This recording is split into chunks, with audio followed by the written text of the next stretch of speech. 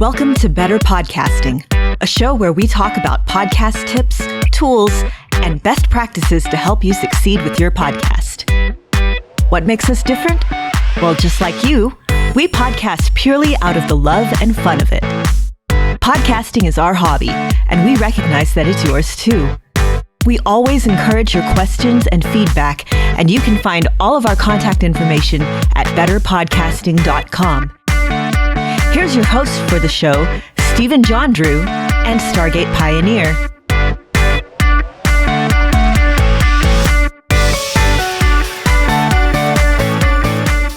Hello and welcome to episode 3 of Better Podcasting. I'm Stephen John Drew, and of course with me today is Stargate Pioneer. What's up, SP? Having a blast. It's getting close to the holiday season. Got the holiday cheer going on. It's gonna be a good couple of months. Yes, it will.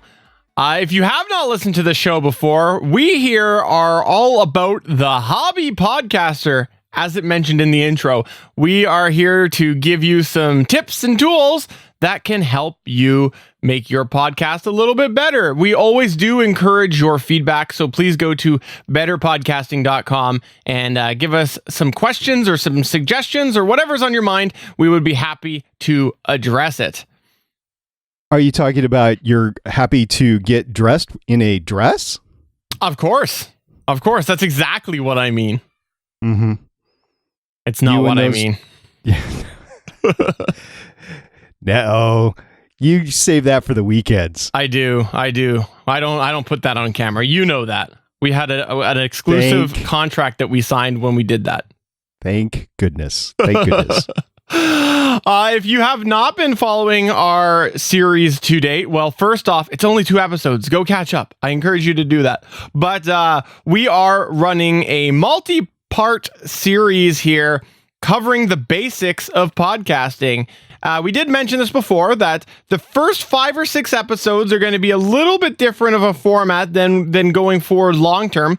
But we want to start off here with a little bit of a series on the basics and the foundation of doing a podcast.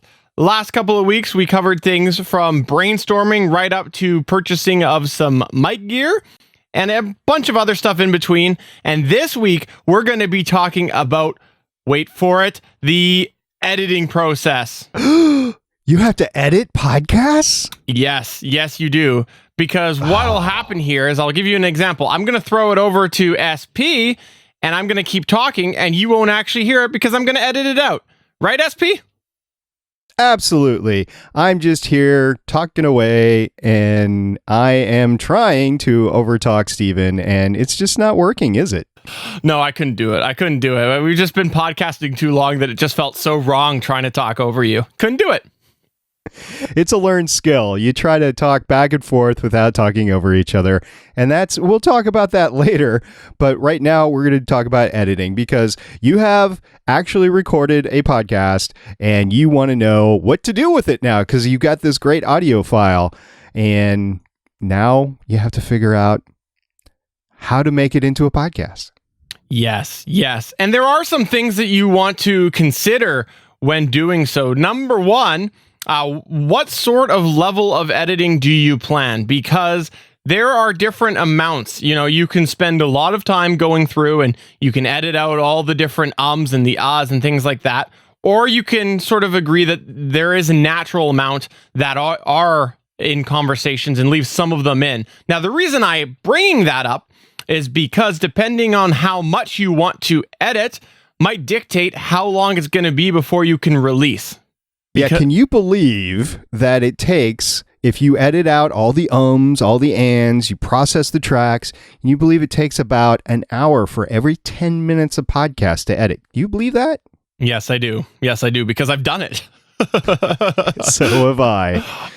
But that's something that you're going to want to decide. And honestly, if you haven't done a lot of editing yet to date, that is something that you will get a better knack for it as you dive into it, because you will start to see when you go through different things that make you know, oh, okay, this is a part that somebody takes or this is a part that somebody goes, before they speak. So you will get to know these sort of things, and it might actually change your editing flow altogether. But to even get to that point, you're going to have to go ahead and get some software to do it. Now, the number one editing software that I would say it's the number one that hobby podcasters use. Absolutely. It's free, and it's called Audacity. And so a bunch of podcasters use it, and you download it. It's freeware, and you can learn how to edit by using it. And there are some videos on YouTube which to use it. I'll eventually get a couple of videos up on betterpodcasting.com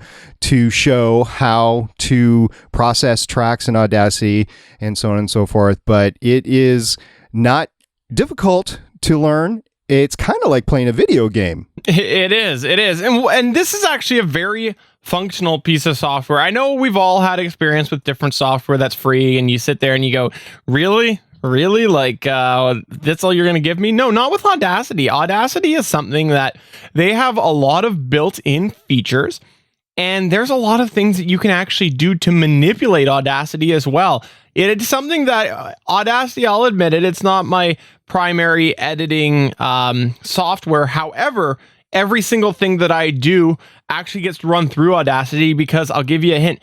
It has what's called noise reduction. Noise reduction, exactly. All analog signals have a level of hiss to it. There's just it's called line noise, and that is as SP tried to demonstrate. That is something that the lines do have that in it, and you want to usually try to take that out. Well, the good news for you is that Audacity actually has built in a feature that helps you remove a lot of that. So, you're not going to be able to take a signal that is primarily hiss and a little bit of voice and remove it. It's not going to turn out very well. But if you do have a little bit of hiss in there, it's got a great tool for that. And that's one of the reasons why a lot of podcasters do use Audacity. It is. I'll give you an example of when to use it and when not to use it, or when to use it in a lesser level. So talking back and forth right now over Skype. Skype actually does a lot of compression and line noise reduction along the way anyway. So removing noise from this conversation that we're having right now over Skype, and we are recording over Skype, is pretty easy, and Audacity can handle that really well. If you go to a convention and you use your iPhone, or you get a portable digital recorder or whatever, and you're recording a panel or interviews or something like that, and you have clanking plates in the background, or crowd noise, or people laughing, or whatever, that is not going to come out. And you actually don't want that to come out, because you're in a noisy environment. So you might want to do a little bit of background noise reduction, but you're not going to do as much as you would in a controlled studio environment. No. And what will sometimes happen when you apply too much noise reduction, you'll actually end up in a situation that it starts to sound distorted, because it'll remove out some of the speech, I guess you'd say, from the person talking, and it ends up sounding just a little bit garbled. And that's something that as you play with noise reduction, you'll start to hear it, and you'll start to get an idea of when and when not to use it. Right. So Audacity is a very useful tool. Noise reduction is just one of the many things that it has on board, and we'll talk about specific capabilities of it as we go on. But for now, just understand that it's free. It's very capable. A lot of hobby podcasters use it, and you can use it too. It's one of the benefits of hobby podcasting is Audacity, and it's a great tool. Go ahead and use it. Absolutely. Now, there's another way that you can edit as well. And Audacity, while it is primarily for your desktop, for your Mac or your PC, you might actually want to edit on an iDevice. And there's a couple of things that do work for editing on iPhones and iPads and things like that. Now, I'll warn you, it is a heck of a lot easier to do it on your desktop. I've tried these different things, but it is possible. And SP, you've actually played with one yourself too. Yeah, I played with a couple. The primary one that I've used is Boss Jock Studio. It's an app. It goes for about $10. I got it on sale for $5, and it is a very versatile app. I mainly use it now for a soundboard for my live shows like Starling Tribune and Legends of S.H.I.E.L.D., and it works great. But you can actually record your podcast in Boss Jock, do some minor editing, and then actually upload it to Libsyn for instance, or wherever else, Dropbox or whatever, and you can put out a podcast like that. Now, I don't really advise it because it's going to be difficult. You're not going to get the same quality out of it as you would on a PC. But if it's all you got, if it's where you want to start, go ahead. By all means, go ahead and do it. You get the same experience of learning how to do a podcast as you would on a PC. Yeah. And then you can come on here and tell us all about it. No. There's also one that's called Auria, I believe it is. And it's another iPad, iPhone app. But yeah, we won't touch on it too much because really, it is a lot harder to do it on that. It is, and it's just because you don't have a mouse available, you have limited screen, your touch points for your fingers, it's not as precise in this day and age with the electrical conductivity, and it's just, do I advise it? No. If it's all you got, go ahead and use it and have fun, like I said, because this is fun. We're talking about fun, right, Stephen? Absolutely. There is some paid software, though, as well for your desktop, and some of these we've tried out. Some of them, honestly, we have not. But the first one that I do have a bit of experience with is Adobe Audition.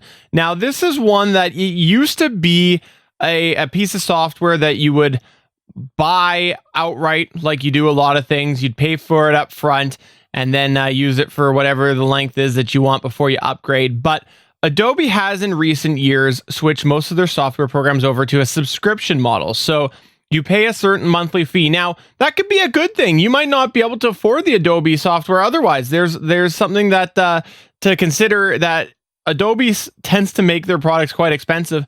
And by doing the subscription model, it does make it a lot more affordable for different people. So Audition is one. Now, the thing that you want to know with Audition is that Audition is tailored a little bit towards the more advanced user. There are some really great features in there, but the history of Adobe Audition was that it used to actually be a broadcast piece of software. I don't remember what the name was. It had a different name. And then they went and they renamed it to Adobe Audition. After 3 versions, they ended up trying to tailor it a little bit more towards the home side, adding in some features. But a lot of those sort of more advanced options and sort of skill sets that are required are still present in Adobe Audition. That is something that you will still see a little bit of that. So if you haven't edited a podcast before, you might find that it's a bit of a jump going from something like Audacity up to Audition. Skill set? We don't need no skill sets. We're hobby podcasters. We grip it and rip it, right? Yeah. I will say this. Adobe is not the easiest. The Adobe Audition is not the easiest thing to use if you've never edited before. I will admit that now. I'm looking forward to actually trying out some of these paid services like Adobe Audition.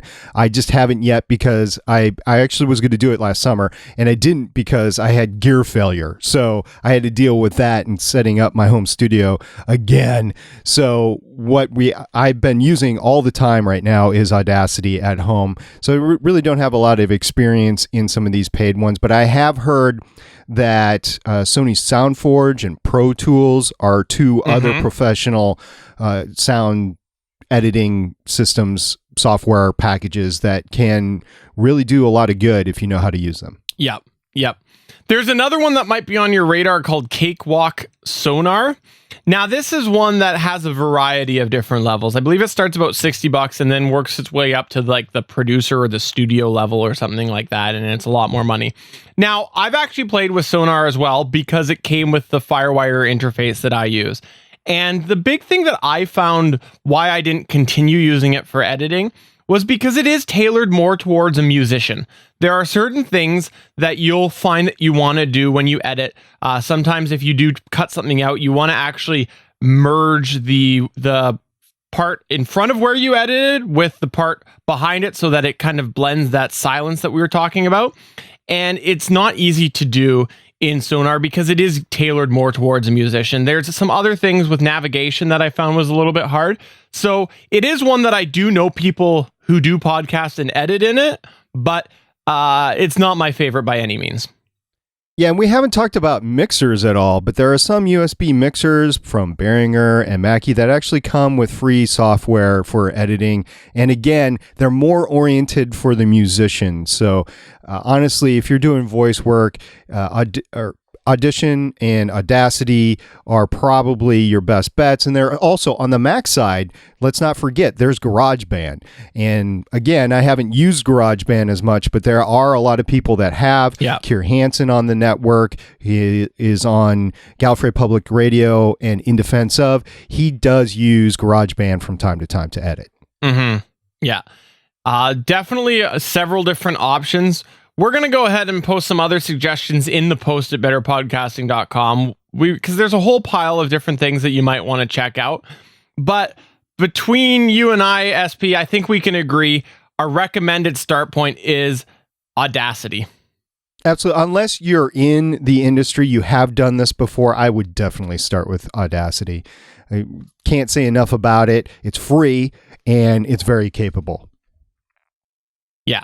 And like I said, lots of really great features in it. It is unbelievable what you can do to manipulate it for a free product. And it actually will take what's called third-party plugins called VST plugins. What that is it's essentially an add-on to the software. But the thing that's nice about what's called a VST plugin is it's a standard format that a lot of these different editing software can do. So some other person goes and they make this add-on and it's able to be applied to a bunch of different editing software programs, including this free Audacity. So how cool is that?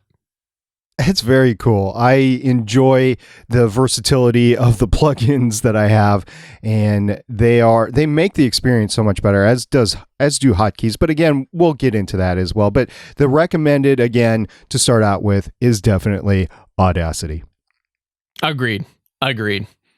So now that you're going to go ahead and edit, you might ask yourself, well, what do I want to do to edit? Well, number one, you're going to want to go and edit out some of those little ums and those ahs and those random things that we talked about at the top of the show here. But you also want to go and edit out the parts where you maybe have to go re-cue yourself, because you will go and you go to have this great idea in your mind of what you want to say, and you're going to start saying it and you're going to go, wow, that was terrible. Let me try that again. So you're definitely going to want to go ahead and do that there and pull out all of those flubs and those missteps.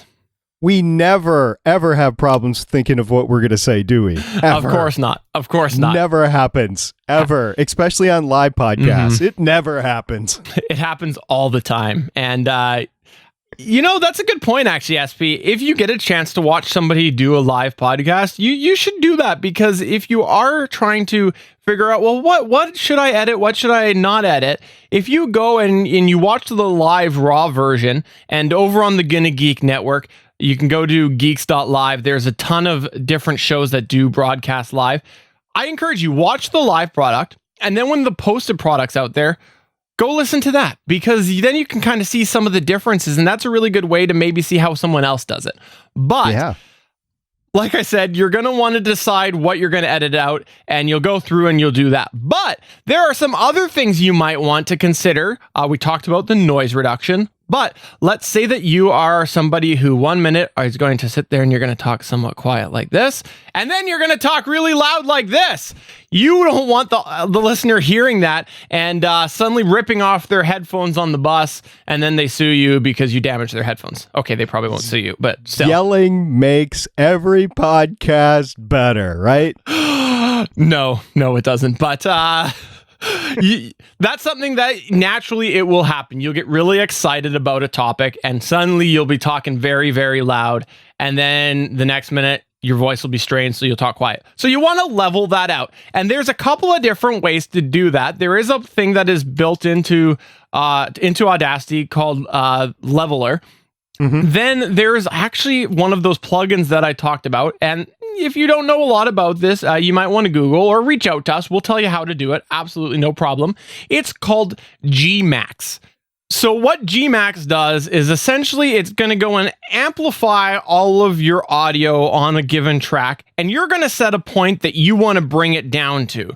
And so what's going to happen is it's going to constantly bring down the level to somewhere that you want to have it, and then it's going to end up making it even all across. That's the bottom line, is it is something that's going to make it sound a lot more even. Now, this works very similar to what they call a compressor.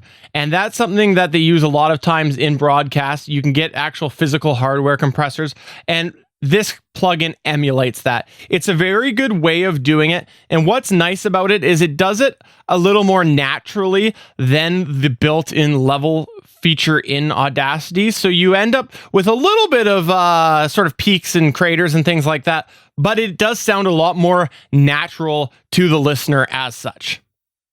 Yep. One term that is used to describe it is maximizing limiter. And I know that's very, very deep geek speak, but basically it means it's maximizing every little speech up to the point that you set. And so when you look at one of my podcasts, for instance, you will see a nice big block if you open it up in Audacity. And that means that I have it set for -2. I mean, there's podcast standards out there. They're trying to make podcast standards for audio, right? And how can you control this wild west of podcasters? That's one thing that I just have to laugh about, because there's no right or wrong answer for podcasting.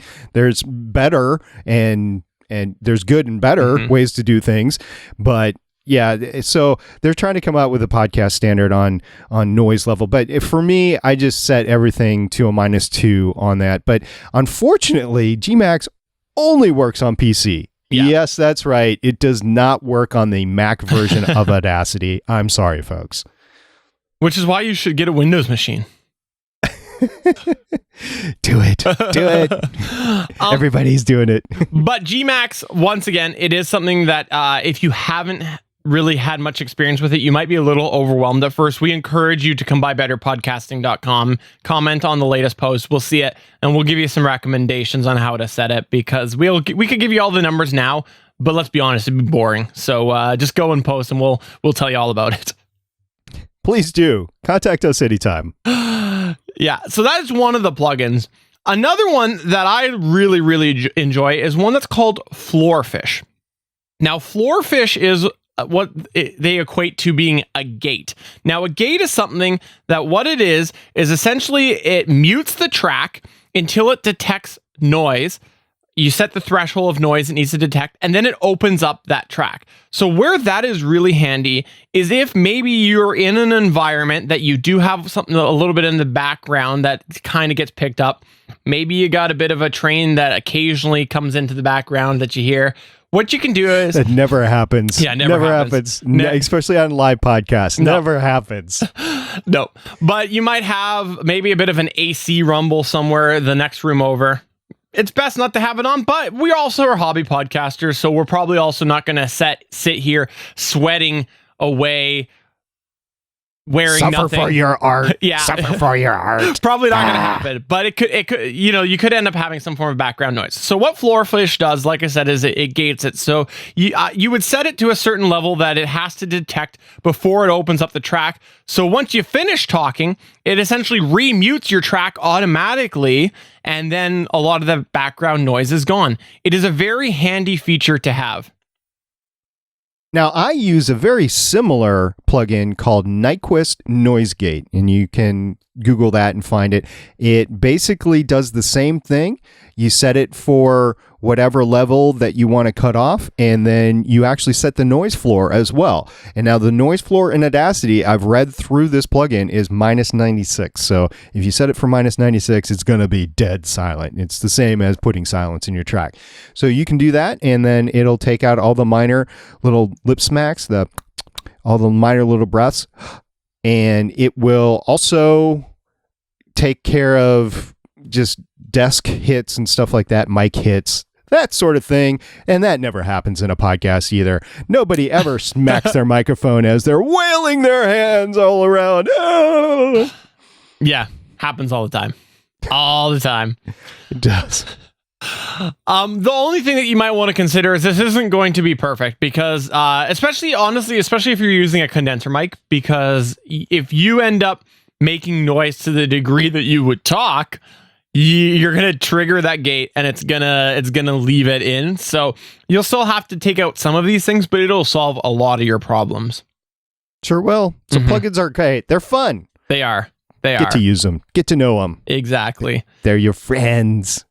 And the third thing, and this is something that's a little more advanced, that I encourage you to absolutely get to know the rest of the editing process before you play with this, is equalization. Equalization is something that if you have a microphone that maybe is lacking a certain something, if it's a less expensive microphone, you might find that it's maybe missing a bit of the higher end, or maybe the opposite. Maybe you have a big boomy voice and it's actually picking up too much boom. What equalization does is it allows you to go ahead and manipulate that a little bit. So your lower end, your lower pitch stuff, maybe you want to reduce it, and your higher pitch stuff, you might want to increase it if you do have that boomy voice. Or conversely, maybe you're somebody that does not have the biggest boomy voice and you want to increase it a little bit. Now, the reason that I want to say that you should not play with this until you really get to know it is very, very subjective. Everybody has a different vision about how a podcast could sound.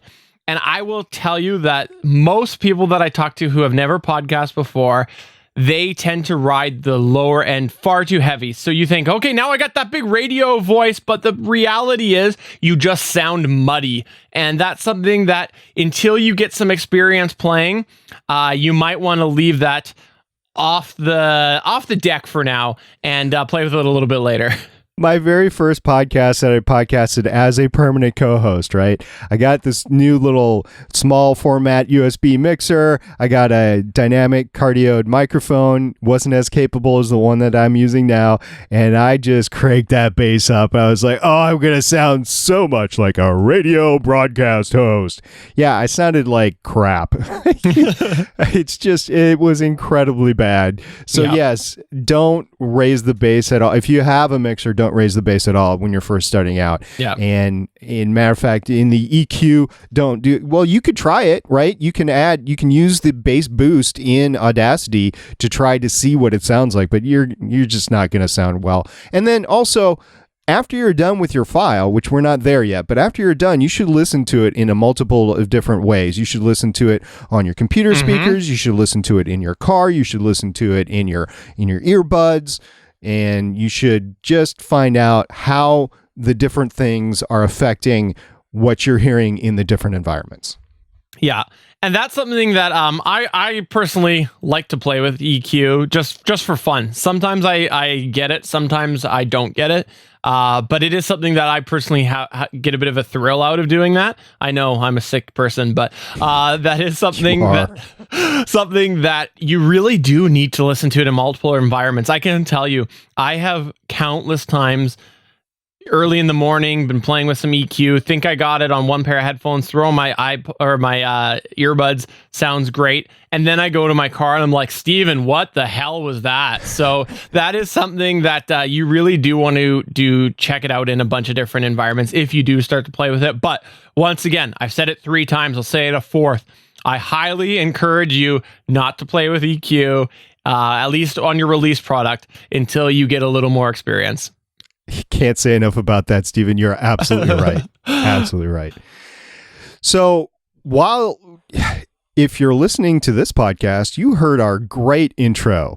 And the intro, we had a voiceover, we had music, and we had Led Zeppelin in there, didn't we? Of course it was. And then the outro, we use a Queen song too, right? Absolutely, because Queen is my favorite band. And then our bumps are from Van Halen. Eddie did a solid for us and made those, right? Just special for us. Just called him up, said, hey, we need some little cover music for our podcast. No, what SP is getting at here is that we use what's called royalty-free music. Now, why do we do that?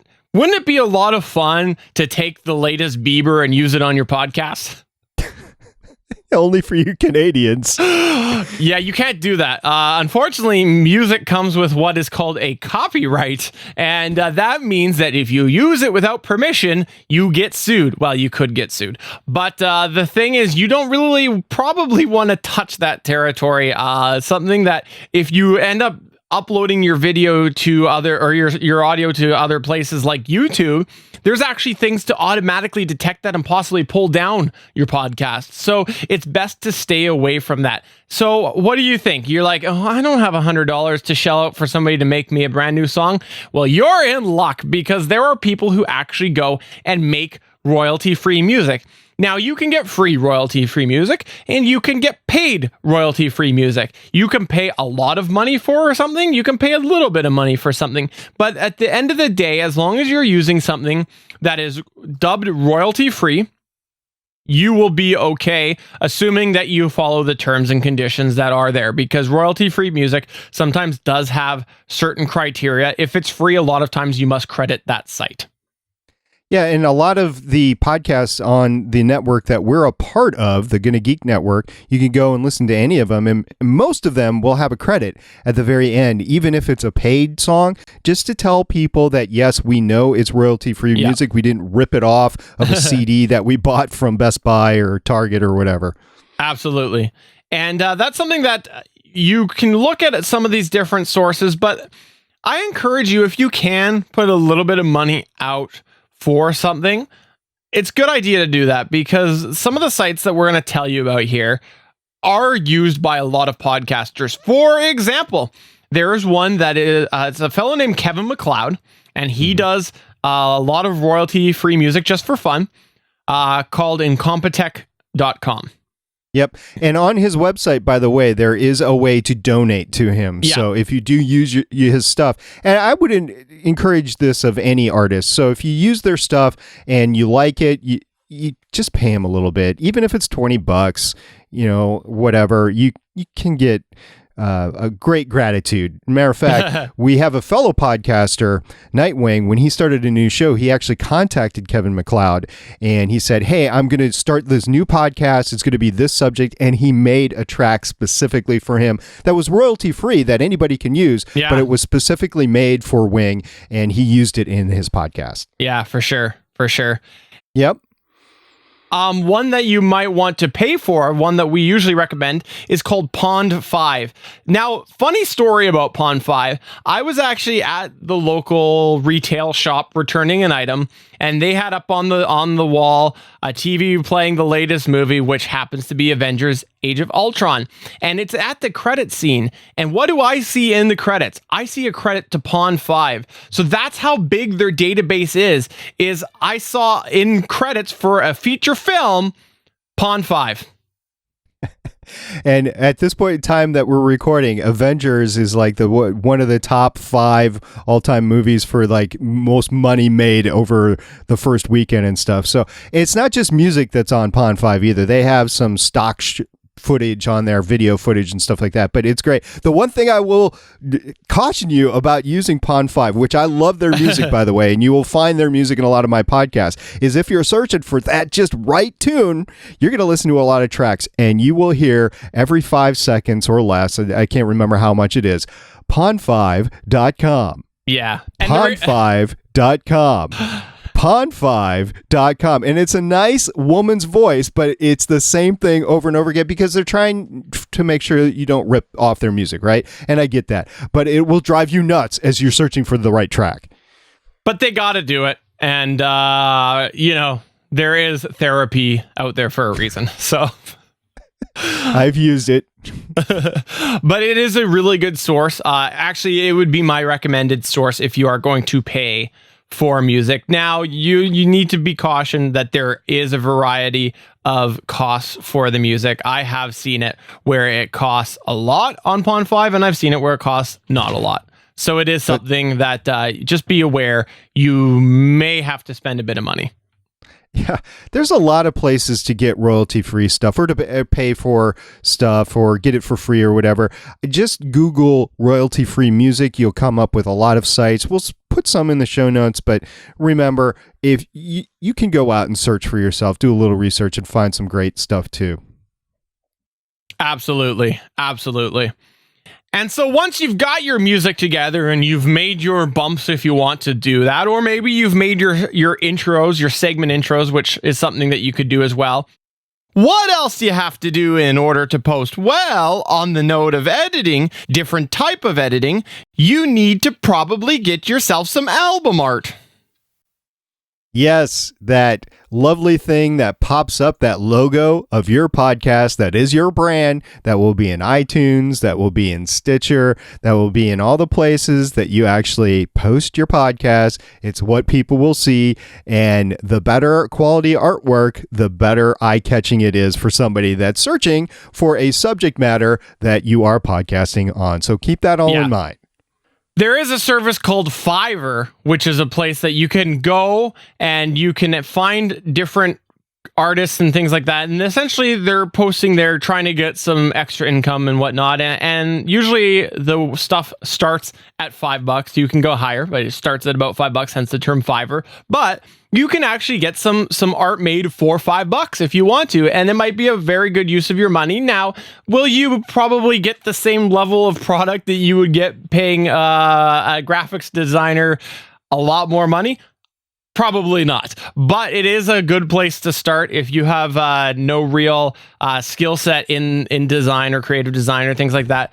It's a way to get yourself some art, and I know lots of podcasters who have used it to get their cover art. Yep, there's a lot of ways to do it.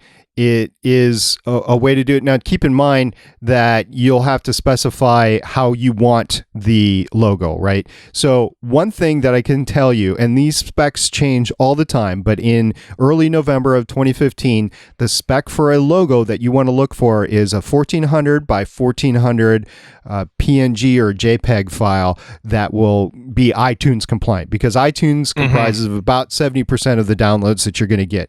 Google Play is starting up probably soon after we record this, but you will find that 14 by 1400 will be a good starting point. Now, you might want to get a higher resolution thing and then step it down a little bit. But remember, some of the higher quality stuff that is bigger doesn't step down very well. So it might not look great as a 144 by 144, which you might want to put in your ID3 tags. Yeah. But in any event, what we're telling you is you need to go out and get yourself some eye-popping artwork that will represent your brand.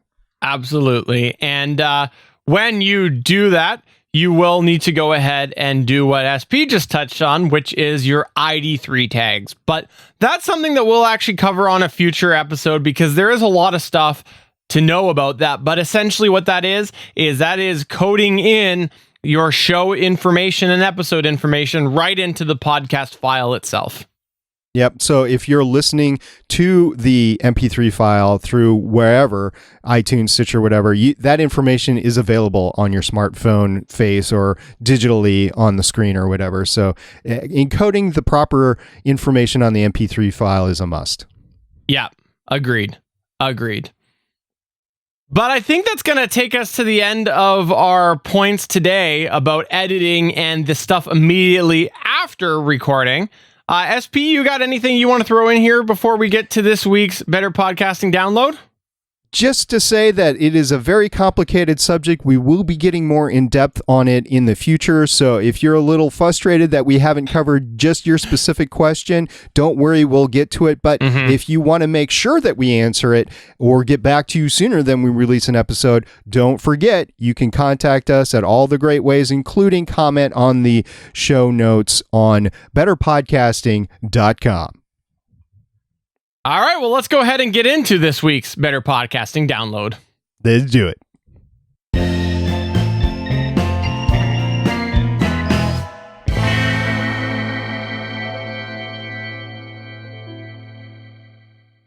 This week in the Better Podcasting Download, we are going to talk about something very timely. This is something that you're probably going to see a bunch of this happening in the next few weeks. And we are talking about how to shop sales. Now, you as a podcaster probably are going to start to fall in love with all of these great deals that'll start popping up automatically for you once you start to shop gear. It's just the way that Google knows. Google ad knows everything about you. And all of a sudden your ads will start to be tailored towards all of these gear sales. Yeah, hey, look, even if you're just looking for your initial microphone, like we talked about last time, and you just need to purchase that one thing, these sites will tell you when those deals are happening, which is very important. You need to save some money. You're a hobby podcaster. You're not planning on making a ton of money on this. And even if you are planning on making money off of it, you're not going to make money for a while. So you need to save as much as you can. So don't go hog wild on the gear. Don't do it. Don't get consumed by the gas. But so just so you know, there are deal sites out there. We're going to bring you through some of our very favorite ones. And it's not just for the holiday season. We're in the middle of the start of the holiday purchase season. Yeah. But these go on all year round. And you can actually find out the best price for some stuff as well.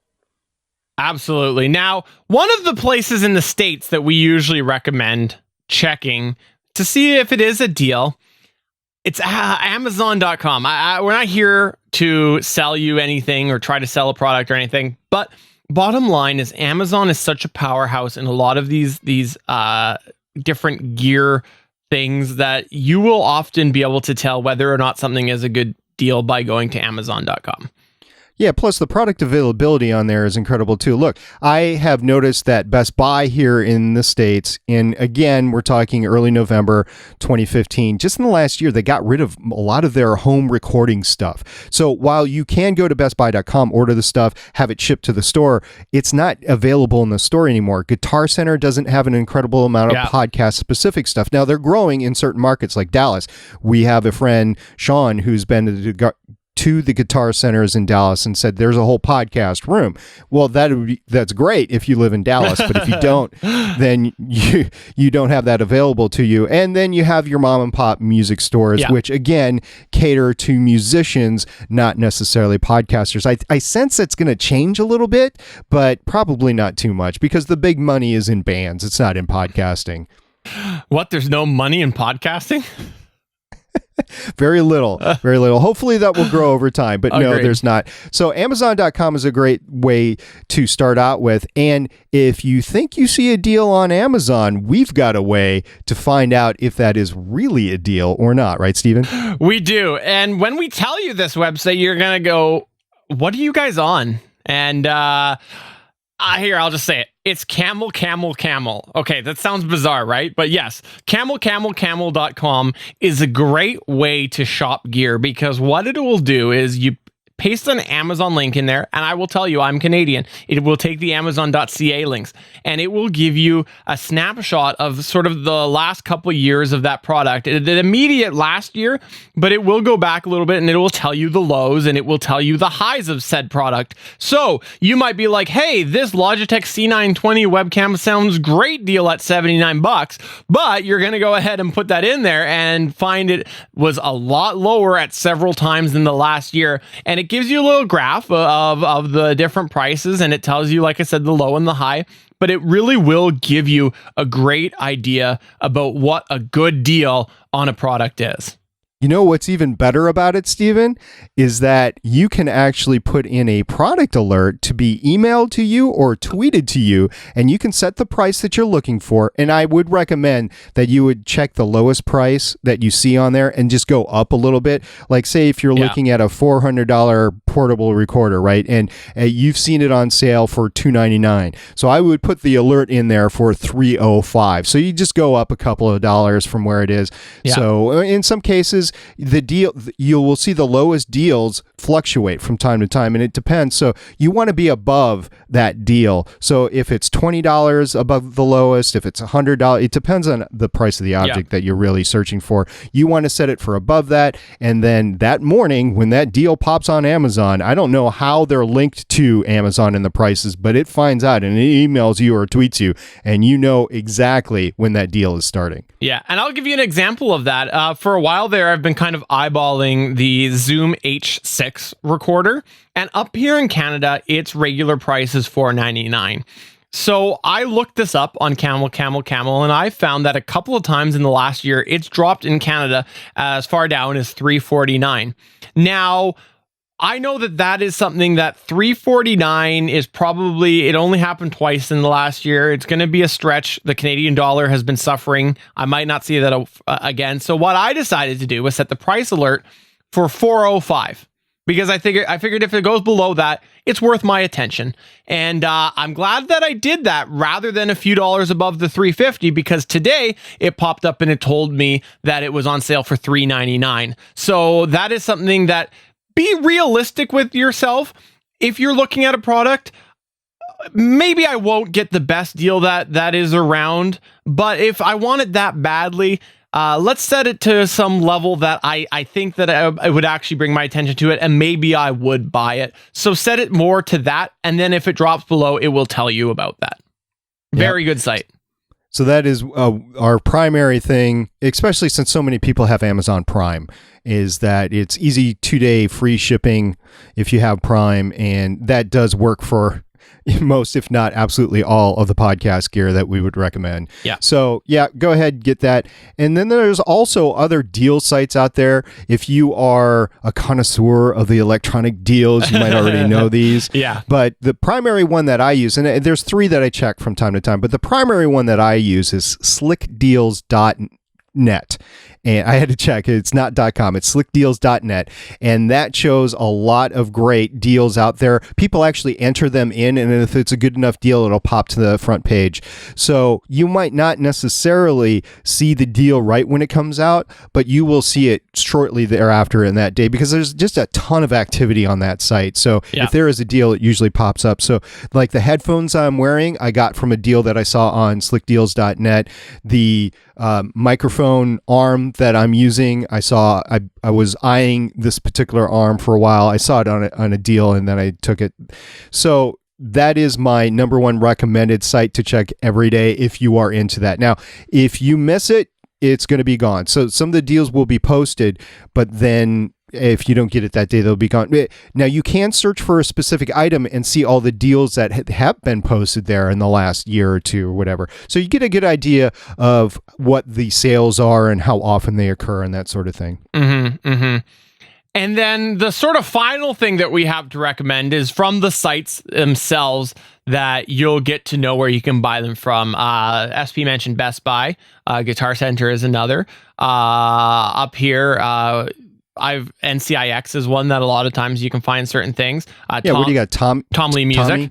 Yeah, Tom Lee Music is another great one. And what a lot of these retailers are doing now is they're doing flash deals or exclusive day deals. So it's a good idea if you can work it into your routine to check these sites, because it is something that you may go to the site and find that for today only, there is that product that you've been wanting, and it will be an exclusive deal that they have for that day only. Might even be a few hours only. So that is a new trend that a lot of places are doing with products, and not just to do with podcasting gear, but just technology in general. We're seeing a huge shift in that. Yeah, as we had to redo our podcasting rigs last summer, I could tell you that I had been checking the Newegg emails that came in every day for the flash deals, Micro Center, Tiger Direct, and just trying to get the best price for computer equipment, like larger disk drives, computer memory, that sort of stuff. Steven actually built an entire computer on a deal, so on a combo deal. So yeah, you need to pay attention to this stuff if you want to save a little bit of money on computers. And also, you get to know the price points after a while, after you search for a while. And if something does go bad and you need to buy it at a slightly higher level, you get to know if you're getting taken or not. So, and sometimes you just got to buck up and buy the stuff. Yeah. But ultimately, there is a sea of resources where you can find these products and you can find them for sale. But as always, we love to share information with you. So that's something that if you think that there might be a good deal on it, reach out to us, because we'll tell you whether or not we know about it. And if we do, we'll tell you what we've seen it for before, so you can make an informed decision. There is a lot of just sort of wish list stuff that SP and I talk about on a daily basis. And we go back and forth. So we kind of have a bit of snapshots in our mind about what is and what is not a good deal for a lot of different things. So feel free to reach out, and we're happy to share that with you. Yeah, and we don't just buy the stuff that comes up on sale, like the H6 deal that came up to Steven today. He didn't go ahead and buy it right now because you have to be conscious of how much money that you're spending. You have to have a budget. We need to talk about that, by the way, on a future episode of having a podcast budget, because there's a lot of monthly expenses that you're going to have for hosting or whatever it is, right? So you could consider your internet connection, if you don't already have one, a podcast expense as well. So that is all stuff that we need to talk about. And I will say, if you know of a deal site that we haven't talked about and is great for podcasters, go ahead and hit us up. Tweet us at BetterPod or comment at betterpodcasting.com. Agreed. Very, very good point. But that does take us towards the end of the show. So let's just go ahead and close with this gentle reminder. Well, let's give you two of them. Number one, editing is going to be tougher than you anticipate. And number two, deals will be better than you anticipate, but it will take some work. So there you go. That's what I want to leave off with. How about you, SP? Yeah, absolutely. And don't forget, editing will be difficult, and your first podcast will take probably somewhere between 4, 8, maybe even 12 times as long as you will get when you get proficient. So just hang in there. We know it's tough if you're learning a new skill. We really do. And if you have any questions, you can hit us up and we'll try to bring you through it. Exactly. So when you're shopping for deals or you're editing, patience. There's your golden word, patience. Patience. For episode 3 of Better Podcasting, I'm Stephen John Drew. And I'm Stargate Pioneer. Bye. Bye.